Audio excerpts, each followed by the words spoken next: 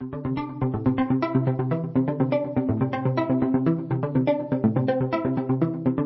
and welcome to the 12th House Podcast. I'm Michelle Pelison, your host and the head witch in charge here at Holisticism.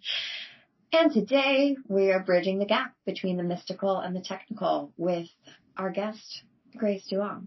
I'm really, really excited for you to listen to this week's episode. Grace is the founder of Mystic Mondays and the visionary behind the Mystic Mondays tarot deck and the crystal oracle deck, which is a really cool hexagonal, I think it's a hexagon deck that is a crystal oracle deck where you pull the cards and it gives you a crystal and the feeling and the vibe. And it's really cool, especially for anyone who's an aesthete. So I talked to Grace for a while. I feel like we could have talked for hours and hours about what it's like to be a founder who's making things manifest into the world. You know, so often we're making things in the digital space and in digital formats, and we don't get to see them and hold them in our hands and like have a physical reality version of them. And so to publish something like a crystal deck or a tarot deck or even a book is such an interesting, and I know for many of you listening, is a goal, right? It's a really cool example of the creative process and also of the visionary process. You know, when you take something from the ideation, just in your wildest dreams phase, all the way through making it real and, you know, creatively birthing that thing into the world. It's such an amazing experience. And it's very different than producing digital content or making, you know, in-person services or digital services. So I'm really keen for you to hear a little bit more about Grace's actual process because she talks a lot about it really transparently. And I think it will be really useful to anyone who wants to make a deck of their own or write a book someday. And, speaking of tech and making things, what I loved about this interview with Grace is that she really bridges the gap between the technical and the spiritual, because Mystic Monday has this amazing iOS app that you can pull a card, you can get your numerology. It's sweet. And we jammed on that for a while because I came from a tech background and Holisticism was originally a technical product. And I'm really into, and we're exploring this idea of wellness tech a ton. In fact, this week inside the Cusp, if you're not already a member, you should totally join for free. You get 2 weeks for free. We're exploring this app called Field Trip. Field Trip is an app that's supposed to help you reach psychedelic levels. Well, Field Trip is the brand, is the company, and they're pairing psychedelics, hallucinogenics, with wellness practices and with therapy. And they've made this app called Trip that's supposed to make you feel like you're having a psychedelic experience through breath work and meditation and through this wellness app. So this week we review the app. There are some strong opinions and I'm really excited for you to read a little bit more about it and also to get your feedback if you've been thinking about, I don't know, trying the psychedelics, doing a little holotropic breath work. Our expert this week is Kaylin Flynn, who is a holistic psychiatrist and who's one of our visionaries in residence. So you get to meet her, and Kaylin's specialty is actually psychedelics. She is extremely educated and extremely, I guess, what would the word be? She's practiced a lot with them, with the practice of psychology and psychiatry, and I just love what she has to say and her perspective on it. She's also studied plant medicine in South America with indigenous tribes. She is such a G, and she gives the review, our expert review, this week inside the Cusp. So if you want to check that out, strongly recommend it. We still have many job listings that are going up inside the Cusp every week. So if you haven't checked those and you're looking for something in the wellness or well-being space, Cusp is there for you. And I think with that, let's jump into the episode with Grace. So hi, Grace. Hey, Michelle. How are you doing? I'm just living. I'm just over here living. Love it. How are you? You know, I feel like I'm just soaking up this Mercury retrograde. Are you normally good with Mercury retrogrades, or do they, mess with your shit? It really depends. I've noticed some laptop mishaps, where I've had to go replace it and things like that. But generally I'm looking at it as a way to just slow down. Yes, I feel that. My mantra for this month is slow down to speed up, because I feel like the slower I go, like it's almost like magic happens without me trying to make it happen. You know what I mean? Yeah. Do you happen to be a generator in human design? No, dude, I'm a projector. Oh. What about you? What are you in human design? I am a generator. That makes sense given how many incredible products you have and how busy I feel like you are all the time. Yeah, I'm feeling that. So I'm enjoying this Mercury retrograde. So how does that, like, when did you find out you were a generator, and was it surprising to you, or are you like, oh no, that is correct for me. That is in alignment. I would say probably sometime last year was when I started digging into human design some more, and I got a really in-depth reading, and that really like opened up the door for me to really understand and accept my human design. So I totally resonate with being a generator in the sense where you allow things to come to you. And I feel like for so long, and the way we're kind of like taught in this society to like go after things, that generators can just respond. So they can wait for things to come to them. And it's like, yes, you come to me. So that's just been nice in the sense where like, I don't have to do anything. I feel like what you picture as not having to do anything is like everyone else is climbing Everest. Like you seem, from where I sit, like the most productive, the most creative, like the highest output person ever. Like you've got 2 incredible decks. You've got this fucking baller app that is so good. Like how do you do it all? And like, did it all come to you in one fell swoop, or is it kind of like you get these pings of excitement and you're like, I got to go do that thing now? I've got to say that it's been quite a journey. And anybody that's going to start their own business is going to discover that their great idea comes with many, many steps, and sometimes most definitely hurdles.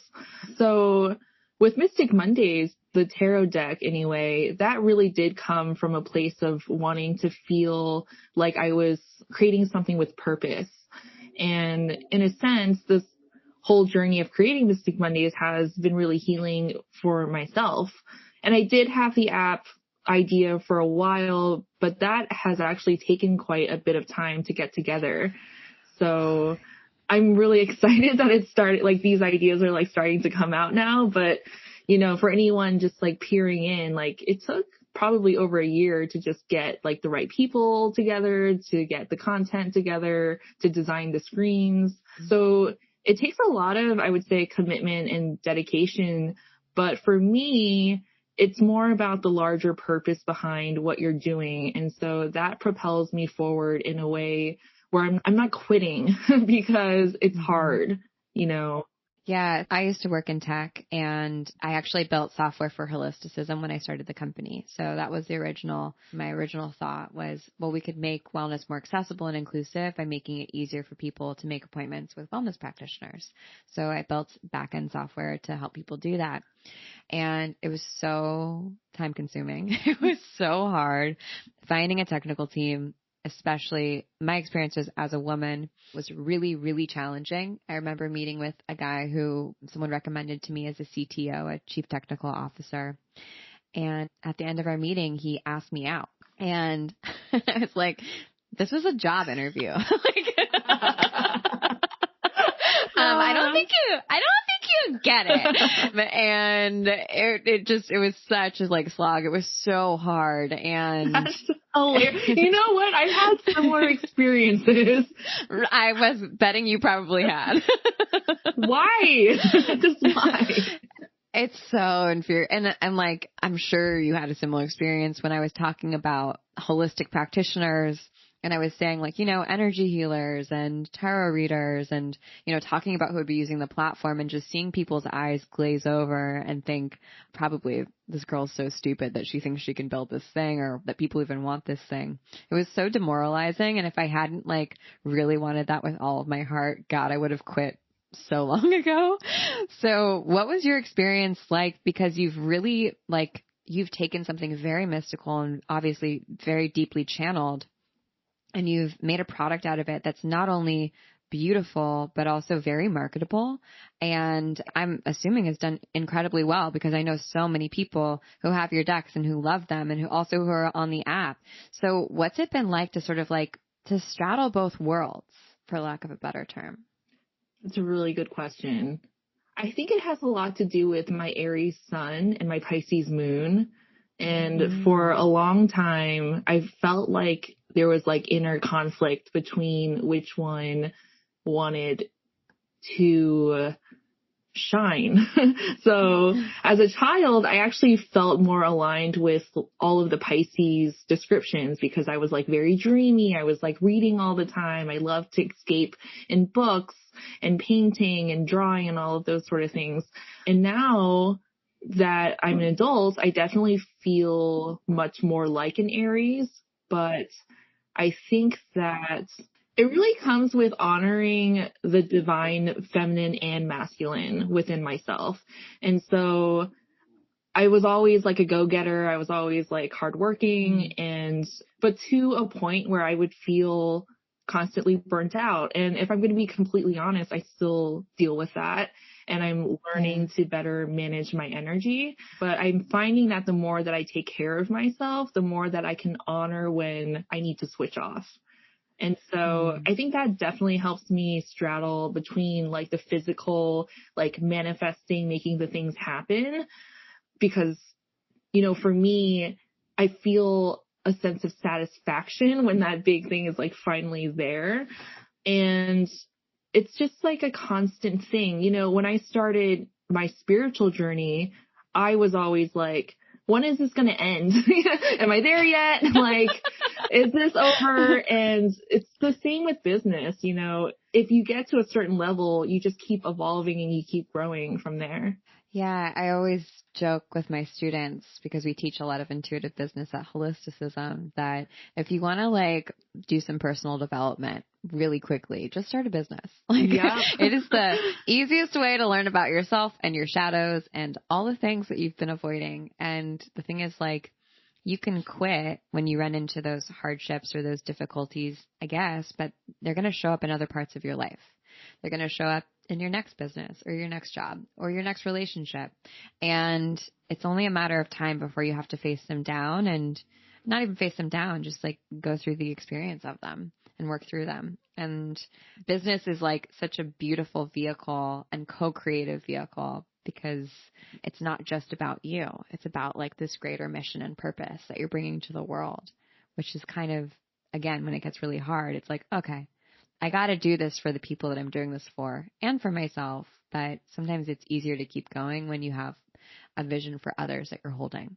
I 1,000,000,000% agree with everything you just said, because building a business, I feel like, is like soul evolution. It's just so confronting on so many levels. Like, if you want to keep going and level up in a sense, you have to face your fears, whether it's your money blocks or showing up or letting yourself shine or all of these things that may battle those limiting beliefs that are inside of you. And if you don't confront them, it just, you know, it becomes a pattern that you can't escape until you finally confront it. It's so much like relationships where you keep kind of dating the same person until you're like, okay, I'm not going to date narcissists anymore. I'm just not going to do it. Like, I'm bored of this. And I feel like that's kind of what it comes down to, of like, I'm bored of this being my life again and being in this relationship or this experience again. And I'm like ready for something new and interesting and different. Yeah, it's like when I've gotten to those points, I'm just like, I am so sick of myself. I'm over this. Let's move on, please. Yeah, totally. I had that feeling. I'm an introvert and I get really nervous talking in front of big groups of people, and I don't like crowds. And when I started Holisticism, I started with a bunch of live events, and every time I was like, oh my God, there's so much work. It's so much to it. And then one day I just woke up and was like, yo, Pelazon, just like stop making this such a big deal. It's not a big fucking deal. Like, just, I don't want this to be a big deal anymore. And when I just decided it wasn't a big deal, it was so much easier, so much more fun. And like, again, it just wasn't a big deal. I just had to like shift it in my brain and decide. How did your body feel when you decided that? Still kind of hated it, but it was like, it's okay. You don't have to like these things. It's just not hard. Mm-hmm. Like, it's okay to not like things and still do them. And eventually we stopped doing them, which was great for me, but I don't have to make everything hard. Like, I can not like something just because I don't enjoy it, you know, not because it's like killing me. Does that make sense? Yeah, that brings up such a great point, because I feel like a lot of us tend to make things like way more complicated than it needs to be. I mean, me especially, where I'm like 1,000 steps need to be here, and then I find like other things that need to be done. And it's like this constant cycle. So I feel like I'm definitely in a mode of just simplifying. And that's been really nice. How does that show up for you? Well, I'm getting ready to go participate in a plant medicine retreat. And so Nice. I have been participating in the diet. So it's like no salt, no sugar. So for the past 4 days, I've just been really eating like steamed vegetables and juicing. And I actually don't mind the no salt. Like, when I participated in the past, I definitely resisted it. But this time I'm like, ooh, this hard-boiled egg is so good. Such flavor. Wow, that's exciting. And what, may I ask, like, what spurred the journeying and the like wanting to go deeper? Is there something in particular you want to get out of it? Well, I do feel like I have been in a mode of where I'm just like constantly working. And so to your point of making life easier, I'm just ready for life to be easier, and I'm ready for that new chapter. And so it's kind of like the death card in tarot. I kind of feel like I'm going through that phase where something has to die, like an old part of myself, in order for this new self to emerge. So yeah, I just feel like, and I feel like a lot of people have been feeling like this too, where last year we've really had to reflect, and we've had to think about what's really important to us. And for me, my word of the year is freedom. And so I'm looking for more ways that I can be free within myself, and how that can reflect in my outer world. Wow. I love that. I love that your word is freedom. That's really lovely. Do you feel like your business has offered you freedom or has held you back from freedom? Ooh, straddling the line again. It's definitely a push-pull, because like you mentioned, there are definitely things that you won't enjoy doing. Like, not every activity in your business you'll want to do, but you know, they're all growing opportunities. And so for me, it's kind of like both, because in some ways I've been really able to creatively express myself in a sense where before Mystic Mondays, I didn't even consider myself to be a writer. And then, really? Yeah. And then when it got picked up by Chronicle Books, and I only emailed one publisher, so everything just like felt really aligned in the way everything happened. Whoa. So did you email them like a couple of examples of the deck that you'd drawn up, and like with the descriptions, and you're like, I kind of want to make this thing. Are you guys game? And they were like, let's do it.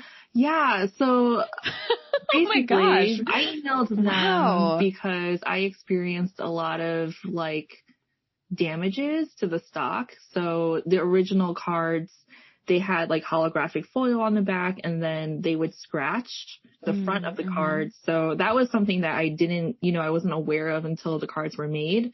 So then that kind of prompted me, because I just remember that week where I was just like checking decks for an entire week, and that's like all I did. And yeah, so that prompted me to email the one publisher, and it was at their generic email. And then, yeah, it was just basically like, here's the deck, I launched a Kickstarter around it, and, this is what the deck is about. And then, they got back to me a week later, and then I sent them a demo, a demo deck. And then I had like a literary agent like 3 days before I signed the contract. So everything just happened really fast. And did you find that agent, or did they were they like, you need an agent, so you got to go talk to someone? No, actually, so I found somebody on LinkedIn that was like a VP of another like well-known I would say like tarot card, like another well-known tarot card deck was like published with that publisher, and she used to work with that publisher. But wow, sorry, no, you're good. I can see you thinking back into the past. I just am not sure if I should be saying this, but so basically this person like tried to like almost like swindle me, but then she introduced me to my actual agent because she was like, whoa, I believe in your product, so I'm going to like refer you to this other agent. And then we signed like really quickly. Whoa, that's wild. And you wouldn't have been able, you really needed that person to help you like bring this whole thing to life, right? Not really. I mean, agent? You don't need an agent. So Chronicle like had already sent me a contract, and then I got an agent after that because I just knew instinctively that I didn't know all the details that I needed to know. So it's been a lot easier to have an agent. I've had one throughout my entire, like, I would say publishing career. So I don't know what it's like to not have one, but it has been really nice for them to like negotiate the contracts and keep tabs on, you know, being the middleman between you and the publisher.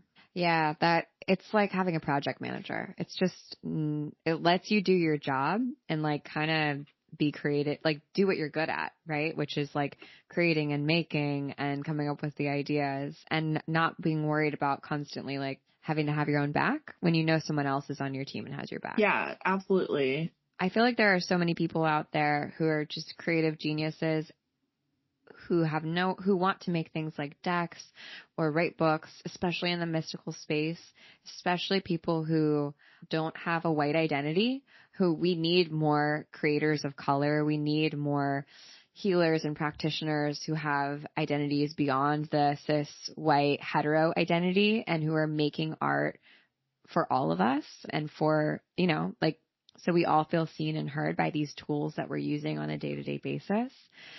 And I think that it would be so useful, like, for them to hear your experience with, like, working with a publisher and maybe, like, the great parts of that and also the things that have been challenging. Because now you have 2 decks out. I totally buried the lead. And your crystal grid deck is so cool. So was that something that, like, just came to you and you're like, hey, guys, call up your agent and you're like, I have another idea. Let's do this? Or did they offer that to you, like, we'd love you to make something new? No, every deck that I've ever thought of has come from me first.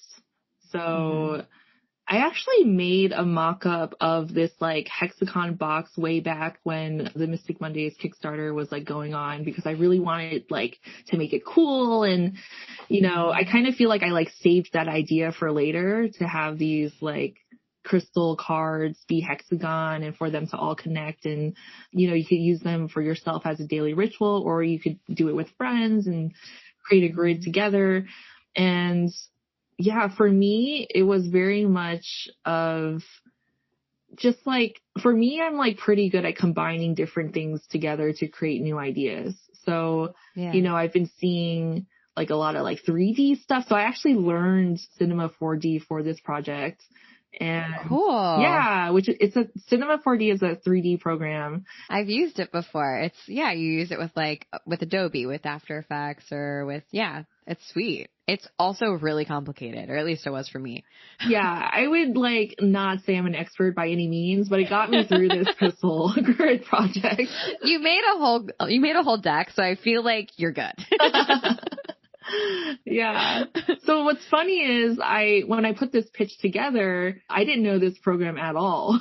So I had to learn it after, you know, the new contract was like done and settled with. But when you put your mind to something, it'll happen. Yeah, you make it. It sounds like you make it happen, Grace. Yes, you absolutely make it happen. So when you, like, from ideation, you're like, I want to make this crystal deck grid, to like project completion, about how long did it take? I would say like a solid 2.5 months. And I thought you were going to say 2.5 years, and I was like, okay. And then you said 2.5 months, and I was like, wait, what the fuck? Oh, wow. That's fast. Yeah. It's actually like, if I concentrated the time all in one, I would say 2.5 months. But Wow. you know what? I think you're right. There's probably more that went into it because there's like the editing beyond just what I did. There's like, the editor, she has to go through all the writing. Right. And what's nice about working with a publisher also is that they have their own team. So they have, I work primarily with my editor, but there's also a designer that helps format these images for print. And then they have their own marketing team, which is really nice.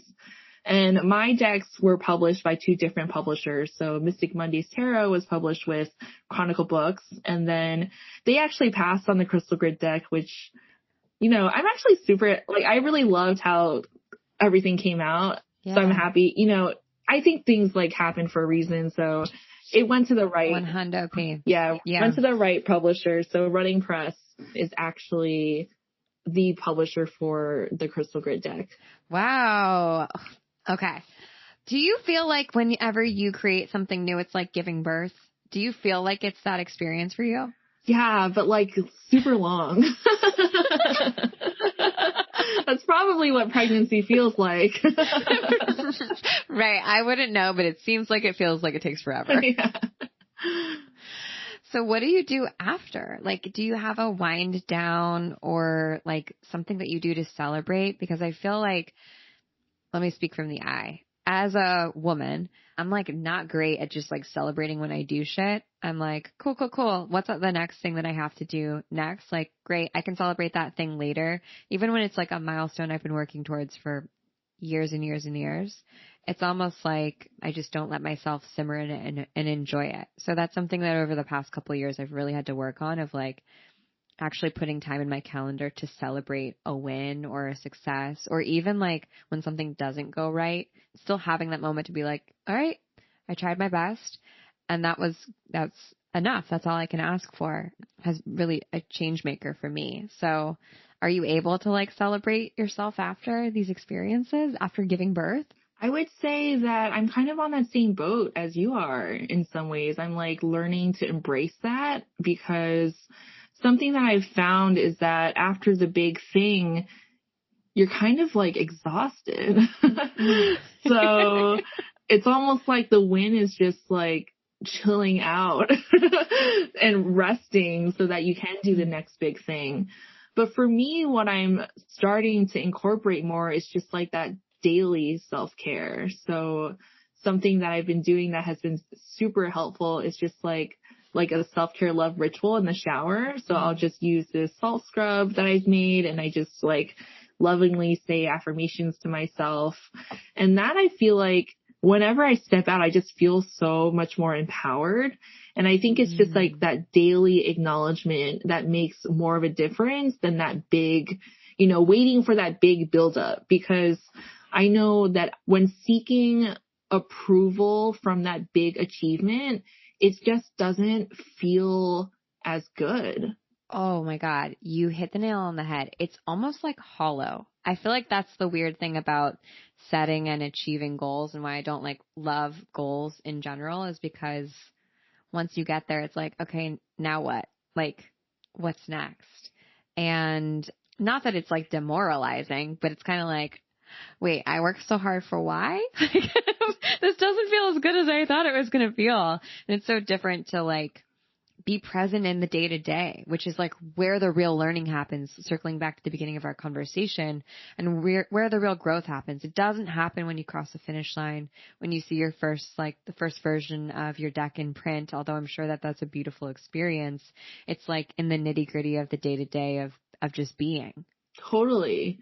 And I would say that even after achieving, there's still having to ground yourself in why you're doing the thing that you're doing. Because sometimes, and I know I can definitely be like this, where I just get on the hamster wheel and I just keep going and, I get the things done. But for me, if I'm not having the meaning behind my actions, it does end up feeling more hollow. Whereas if I'm more intentional about why I'm doing the thing, then it feels more empowering to do that. Yeah, totally. And that you just sparked a little idea in my head. And I wonder if for you, because you're such a, or maybe I'm projecting this on you, but you seem like such a driven, like make it happen type of person, but you're also this modern mystic. What, if ever, like, how does it feel when you get maybe a little out of alignment and you're maybe out of practice with your spiritual tools? Does that ever happen to you that you're like, oh my God, I haven't meditated or I haven't pulled cards in like a while. I better get back on my shit? Yeah, for me, I feel it in my nervous system. So it's just like this heightened, like, survival mode, just like, you know, fight or flight. But I feel like it's really about like nourishing the body. And for me, it's very much about coming back into my body, which is absolutely still a process right now. But I think it's also because I'm such a like mind type of person. Like I'm a thinker, even though I'm like, I would say spiritual for sure. I'm also pretty rational and logical at the same time. So it's kind of interesting to balance those kind of energies.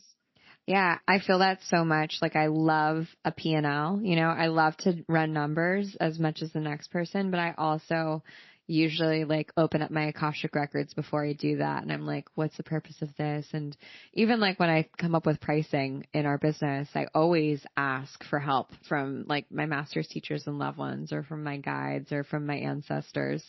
It's interesting to like sort of walk the line between the two and sometimes see myself maybe wafting over in one direction and needing to come back to balance and find like the equilibrium between the two. But it's like a dance all the time. It's like always fluid and moving. Yeah, I don't think that, you know, people should limit themselves in what they can be and all they can be. Like you can be the boss business woman or man, and you could be ultra spiritual, and you could, you know, enjoy skateboarding on the boardwalk or whatever. Are you describing me right now?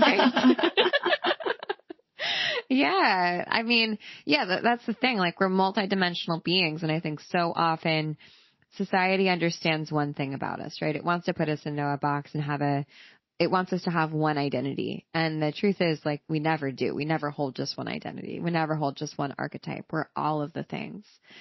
And I guess like along those lines in the wellness and spiritual space, do you feel like you fit in? Do you feel like at home in this space or do you feel like an anomaly because you balance both the sort of business mind and the intellectual mind and the mystical?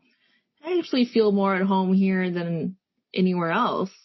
Like I truly do feel like this is like a calling of mine to create products that help heal and empower people. So whatever I create, whether it's, you know, the decks or the app or courses or whatever it is, it all comes from that same intention.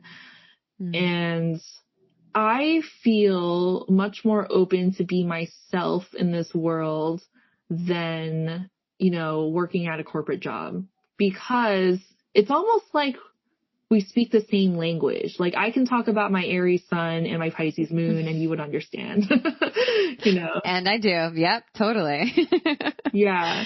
But I will say that when I first started, I was definitely experiencing imposter syndrome because I was like, ooh, like I haven't been in this for that long. Like, do I have the right to create a tarot deck? Do I, you know, like, so there was definitely some of that when I first started. And I think anyone going through their spiritual journey, if they feel called to be more visible within the healing realm, that I think that's normal. It comes with practice and time. Yeah.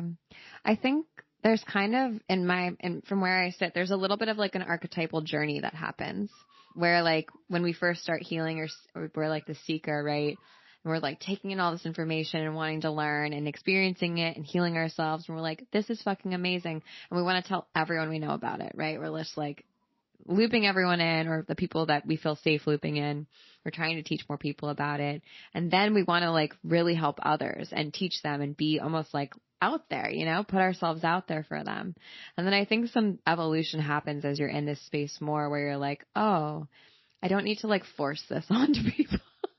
At least I'll speak from the eye. That's definitely what happened to me, where it's like, oh, I can just like be myself, and maybe that's a billboard enough for this experience or people wanting to know more. And maybe that's invitation enough to go deeper. And I feel like you can kind of sense when people are maybe in the beginning stages of their own healing experience because they like want to loop everyone in. I think that that's kind of like a beautiful thing. And as we grow, just like becoming almost more confident in ourselves and our own power and our own presence, like, oh, just by being myself and healing myself, I can kind of in turn heal the world and create space for others to be themselves too. Yes, that is very beautiful. And that is something I love about this healing space where it's really about yourself and not in a selfish way. It's because when you heal yourself, you also heal your lineage, you heal your relationships with people around you, which creates a ripple effect. So the most important thing that you can do is to prioritize yourself. Yeah. And I think that like sometimes that almost individualism gets I have to heal myself first. I need to fill up my own cup before I fill up the cups of others, which I think is 100% true. Sometimes gets misconstrued as just like totally individual navel gazing experience and like gives people a pass to not be in community because they're like, but I'm doing my work and there you go. But I think that like when we're actually really doing the work and healing ourselves, whatever that might mean on our healing journey, we can't not be in community. Like we cannot not see the people around us and be like, you know what? I need to make this space better, not just for me, but for everyone. And like, that's my responsibility as someone who is here on this planet. Yeah. Like leaving the world a better place than you found it. Yeah. And also, I mean, like just looking at what's happened over the last year, so much shadow work has come up for people. And if you're not acknowledging like your own shadow especially in the United States, when it comes to like the BLM uprisings and what's happened with our government over the last year or so, 4 years in particular, if you're not acknowledging the shadow there, then I think that there's some spiritual bypassing that's happening around like healing and evolving. Yeah. It's like when people aren't ready to take full ownership over their own experience. And so it's like a constant projection of what other people are not doing when really it reflects back to themselves of what they're not doing. Yeah. And I mean, like there's so much language around like love and light and positive vibes only and all of that in the wellness space that seems at this point like so dated and aged, you know, like that is so like not what it's all about, that I'm like so curious to see how people begin using their spiritual tools. And I think we're already seeing, you know, spiritual sort of activism happening in these spaces. And it's so inspiring and like it makes me want to be in the wellness world again, because there is definitely a time where I didn't feel like I fit in this space because so much of that language was regular or like what everyone was talking about. Well, there's so many different facets of the wellness world that, you know, I think I feel like I belong in a sense where it's ethereal, but I can totally relate to what you're saying in terms of like, you know, because like a community that fully gets it, because there's just so many different people that have their own opinions about what's right and what's wrong, which I don't think, you know, everyone has their own perspective. And I think it's much more about just opening yourself up to all of those different perspectives. And that is something that I love about witches. They are not afraid to throw down and fight for what they believe in. Yeah, seriously. Witches are like, I feel like 100% of the time witches are political. Yeah. And I love that about them. Yeah, totally. Like, do you consider yourself a witch? You know, that is a great question. Now I do. But when I first started this journey and then people started calling me witch, I was like, ooh, because I was still feeling that, I guess, like negative connotation that came with the word witch. But something pretty recently, I guess, once I launched my membership, that part of it is just embracing the word witch as a call to your power.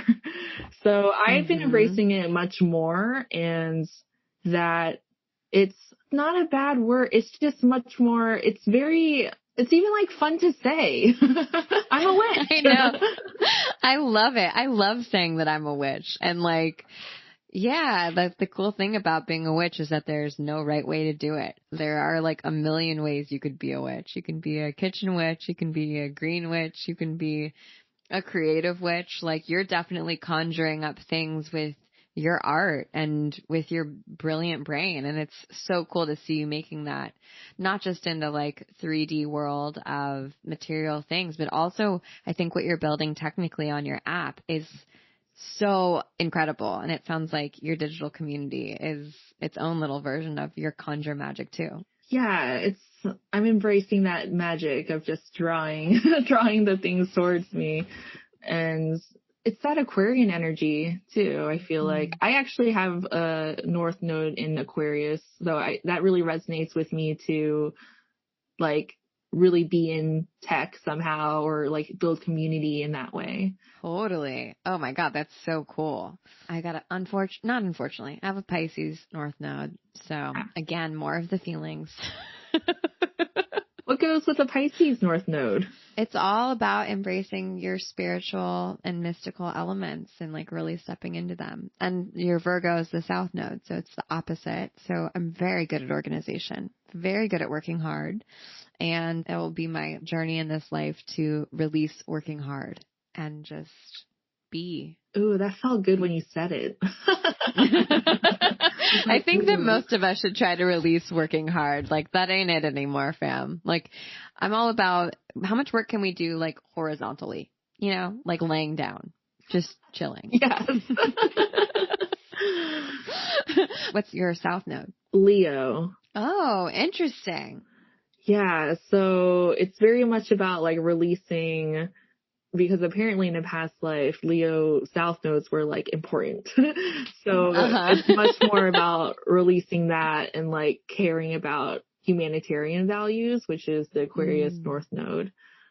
Yeah. By the way, is that what they call dream work when you lay down and have things happen? They could. There you go. Dream. That's it. That's your next book. That's your next deck, I think. Like dream work prompts. That would be awesome. Yes. I like that a lot. And I mean, like, I guess now that was a joke, but what are you working on next? I don't want to rush your process because I know you just birthed this deck into the world, but what are you excited about building and creating? So this app is actually releasing a compatibility feature.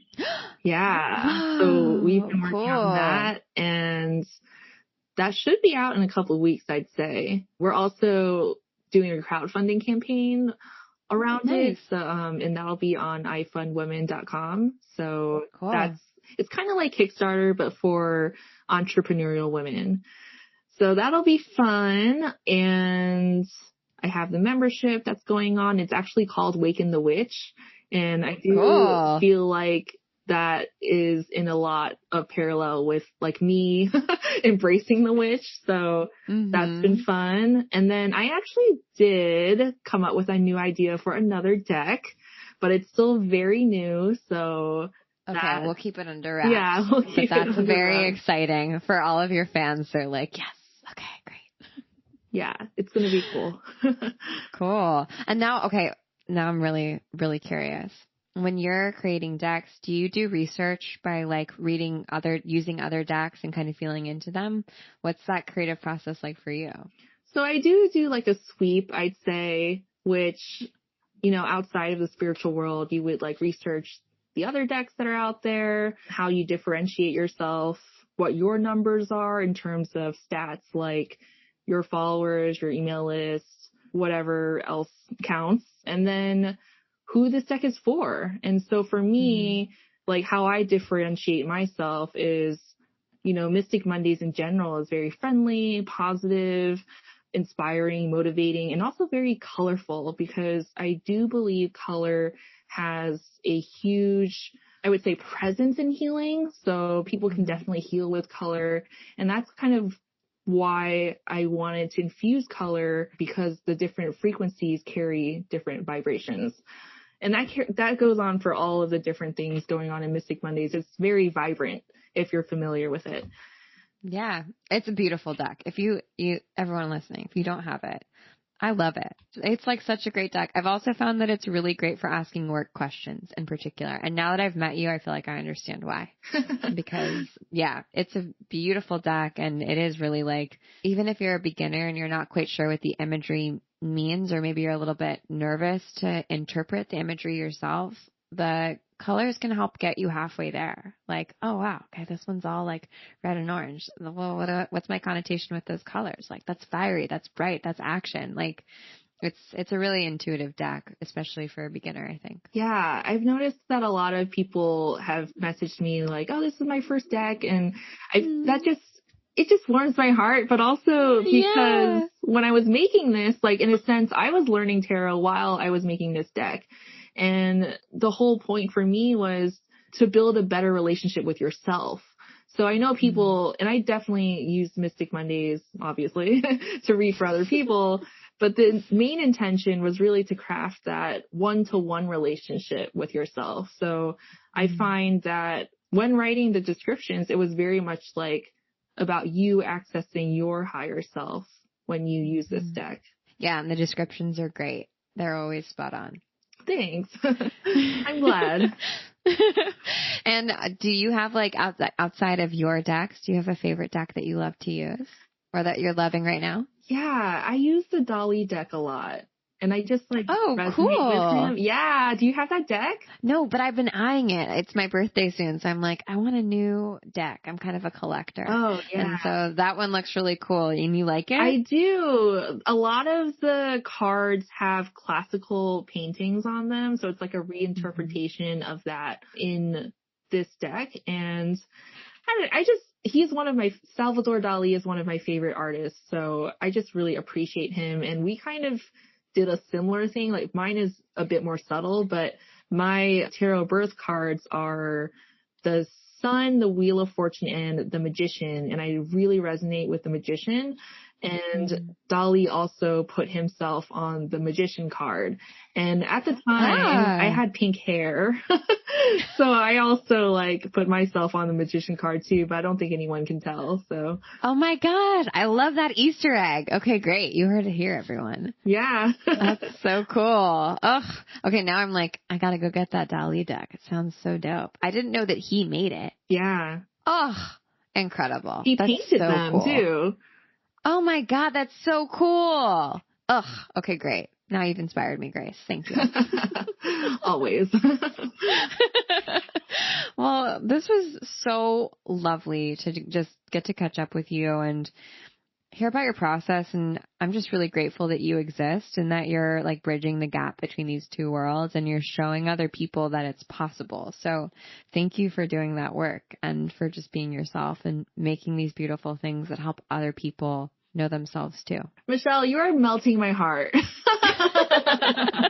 This was an absolute pleasure, and I am so glad to chat with you. And yeah, this was lovely. Thank you so much. Of course. And where can everyone find you?